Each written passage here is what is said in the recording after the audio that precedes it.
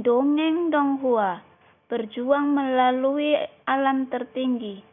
Dewa Xiaoyang, part 87.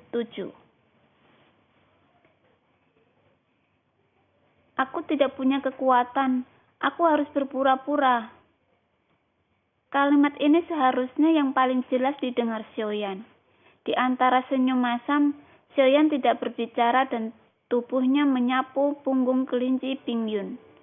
Yang terakhir membawa Xiaoyan menjauh dari isapan kuat yang terbentuk sebelum meledakkan bintang-bintang kekuatan. Tianan Xiangxing akhirnya meledak. Meskipun Xiaoyan mencoba yang terbaik, dia masih gagal melindungi bintang itu. Pada saat ini, Xiaoyan dibawa oleh Pingyun Tu ke jarak yang lebih jauh dari superstar Tianan. Menyaksikan bintang ini meledak dari kejauhan, sebuah bintang masih memiliki ribuan nyawa. Tetapi pada saat ini semuanya hilang. Sudah diblokir. Kenapa? Xiaoyan merasa sangat bingung dan tiba-tiba memikirkan cahaya tidak mencolok yang dia lihat ketika dia pergi. Tiba-tiba menyadari sesuatu. Dia melihat kehampaan di sekitarnya, tetapi hanya ada raungan keras yang dipenuhi dengan ledakan Tianan Superstar. Bintang-bintang tidak sepenuhnya meledak, tetapi meledak menjadi dua. Meskipun masih ada sisa-sisa, setengah dari bintang yang tersisa bahkan bukan bintang kematian. Mereka hanya bisa menjadi meteorit besar yang mengambang di kehampaan. Dengan tumpukan terus-menerus, mereka akhirnya hancur dan menghilang. Kelinci, apakah kamu merasa ada sesuatu yang salah? Xiaoyan bertanya.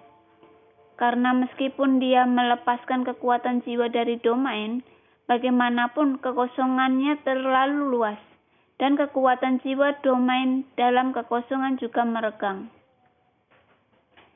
Setelah kelinci Pingyun mendengar kata-kata pada saat ini, dia tiba-tiba berbalik dan melihat ke arah tertentu dalam kehampaan, membuat raungan rendah. Mata anjing itu berputar di sekitar kelinci, lalu mendarat di bahu Xiaoyan dan berkata dengan suara rendah, "Ini benar-benar kelinci. Saya pikir itu anjing."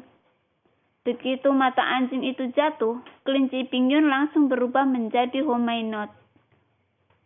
Dengan mata merah muda yang besar dan marah, tidak hanya menakutkan, tetapi bahkan imut. Kemudian dia meraih mata anjing itu, dan kecepatan reaksi mata anjing itu sangat cepat. Meskipun Pingyun Tu sangat cepat, dia tidak dapat menangkap mata anjing itu. Xiaoyan sedikit mengernyit, tetapi dia tidak memperhatikan keduanya, tetapi melihat ke arah yang baru saja dilihat Pingyun Tu. Apa yang kamu lakukan ketika kamu bersembunyi? Jika kamu takut, keluar saja. Suara Xiaoyan bercampur dengan kekuatan jiwa alam, seperti guntur bergulir, tiba-tiba menyebar di kehampaan. Pingyun Rapid dan Dong Ye keduanya mengecilkan kepala dan menjadi diam. Mata anjing itu segera terbang ke lengan Xiaoyan dan bersembunyi di jubah. Pingyun Tun meletakkan tangannya di pinggang Willow, dan kemarahan di mata merah muda mereda setelah beberapa saat. Pada saat ini, dalam kehampaan yang gelap, seberkas cahaya mengembun hampir seketika dan muncul di depan Xiaoyan dalam sekejap mata. Meskipun Xiaoyan sudah berada pada kecepatan tercepat, cahaya itu menyapu pipi Xiaoyan, dan setengah dari wajahnya masih muncul beberapa noda darah. Melihat ke belakang, noda darah perlahan pulih, dan kecepatan pemulihan ini secara alami tidak dapat dibandingkan dengan pembangkit tenaga listrik abadi. Hanya kekuatan seperti ini, aku benar-benar penasaran. Kenapa kamu bisa bertahan? Tepat ketika Xiaoyan melihat ke belakang, ke sisi yang jauh, dalam kehampaan, seseorang muncul dari kegelapan. Saya tidak tahu apakah itu selalu ada dalam kegelapan, atau apakah itu berasal dari mengobrak-abrik kekosongan. Semakin tenang, semakin kuat lawannya, semakin kuat. Mata Sioyan sedikit menyipit. Cahaya yang menghancurkan superstar langit seharusnya menjadi sarana orang ini. Dan Sioyan memperhatikan bahwa bahkan sebelumnya kelinci Pingyun yang telah bermain-main di jurang tiba-tiba terdiam pada saat ini. Siapa dia? Sioyan bertanya. Tentu saja, orang yang dia tanyakan secara alami adalah kelinci Pingyun. Istana Dewa Berburu. 8 dewa besar itu abadi, Yuan Wei. Suara kelinci Pingyun keluar. Kelinci kecil, aku tidak menyangka kamu akan mengingatku. Sosok bernama Yuan Wei mengangkat kakinya dan melangkah maju, seolah melintasi kehampaan, dan datang ke Sioyan dalam sekejap. Dan Sioyan mengikuti sosoknya, mendekati dari jauh, tiba-tiba menyusut. Sangat kuat. Perasaan seperti ini seperti perasaan tertekan saat menghadapi Xiuying. Bahkan jika pihak lain tidak menggunakan paksaan, kekuatan itu sendiri memiliki aura absolut. Sioyan dapat merasakannya. Dia mungkin adalah Sioyan abadi terkuat yang pernah ditemui. Yang paling penting adalah bahwa teknik pembentukan kehidupan baru saja dilakukan. Dan tidak ada cara untuk melakukan teknik pembentukan nasib lagi dalam waktu singkat. Mengapa Istana Dewa Berburu membiarkan anjing itu keluar lagi? Kata-kata Pingyun itu tajam dan matanya sedikit bermartabat. Tetapi dia tidak takut. Benar saja, berita itu tidak salah. Itu persis sama dengan kepala istana. Yuan Wei mengabaikan pelecehan Pingyun itu, tetapi menatap Sioyan dengan hati-hati. Ini bukan pertama kalinya Sioyan mendengar ini, tapi permaisuri sudah memberitahu Sioyan keseluruhan ceritanya. Jadi Sioyan tidak terkejut, tapi mengangkat bahu. Mengapa kamu tidak mengatakan bahwa para penguasa istana persis sama denganku? Sioyan berkata dengan marah. Selalu ada perasaan bahwa yang asli dianggap palsu. Orang macam apa tuan istana? Bagaimana kamu bisa dibandingkan dengan bajingan sepertimu?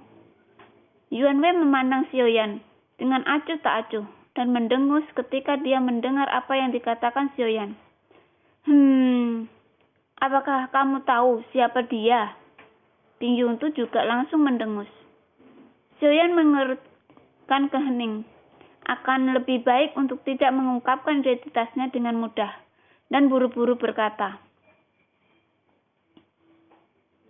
Kamu mengatakan bahwa penguasa istana Dewa Berburu mirip denganku. Aku berkata mungkin. Mungkinkah dia adalah putra yang tidak aku kenal? Sioyan mengangkat alisnya dan berkata sambil tertawa terbahak-bahak. Yuan Wei mendengar kata-kata itu, menatap Sioyan dan berani mengolok-olok kepala istana dari istana Dewa Berburu di dunia nyata Yuan Yin. Entah dia menyimpannya di dalam hatinya, atau dia sudah menjadi kerangka.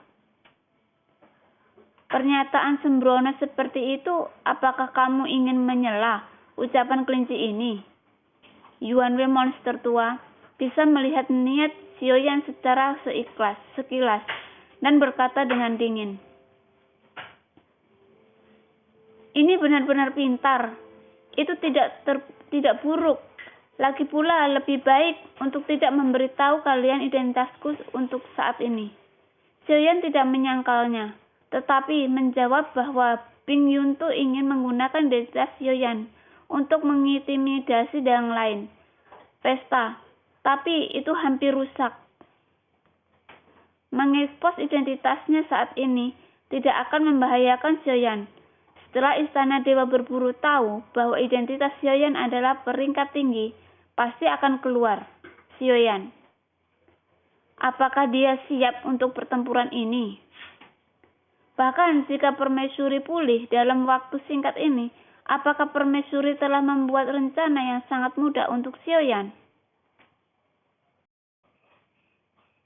Omong-omong, saya juga mengingatkan Anda bahwa jika Anda benar-benar membawanya pergi dengan karakter permaisuri, diperkirakan Anda akan langsung membunuh istana dewa berburu.